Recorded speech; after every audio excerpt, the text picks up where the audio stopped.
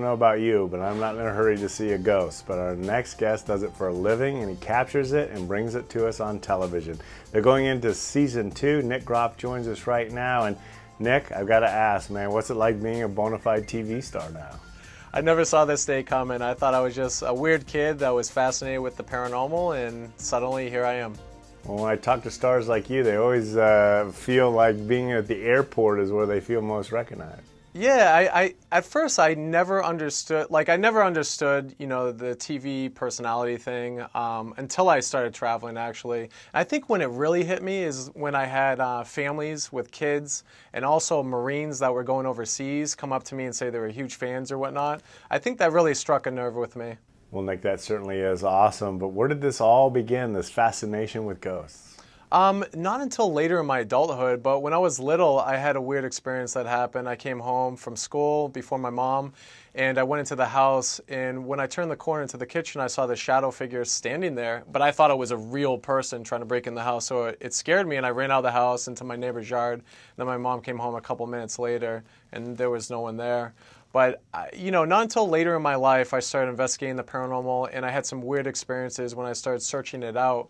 Like I was at the Linda Vista Hospital, and I turned around and saw a lady standing there 2 feet in front of my face. That scared me.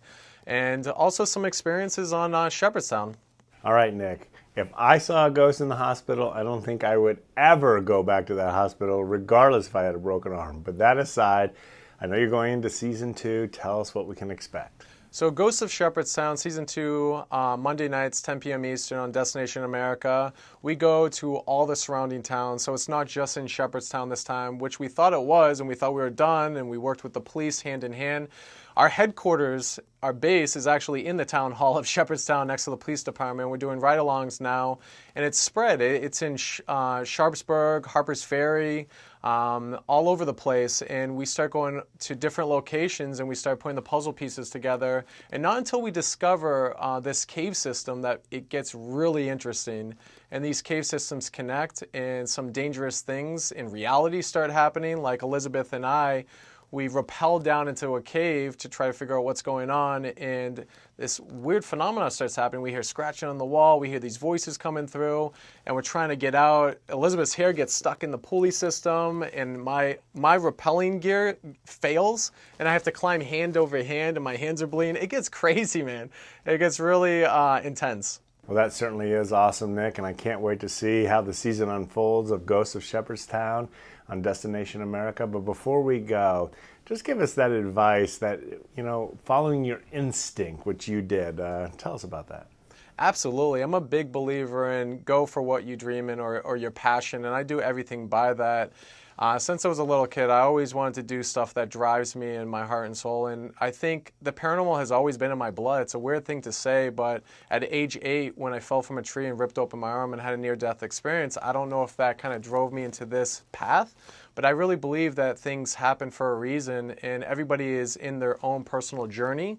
But as you mature and your mind opens up and you evolve as we are as human beings, we become smarter and we're getting closer and closer to that other side as we're moving through our path.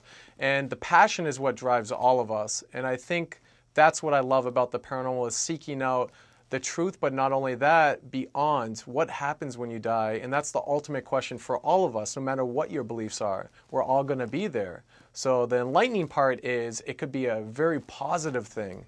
And I think that's what I really look forward to, is just being a part of that on this mark in my personal life when I go someday. Wow. Well, I'm so pleased that you're following your passion. We get to enjoy it. Good luck with those ghosts, but thanks for capturing it, because I'm always so enamored with it. And you do such a great job, you and your team. Thanks for joining us. Thank you, man. Have a great day.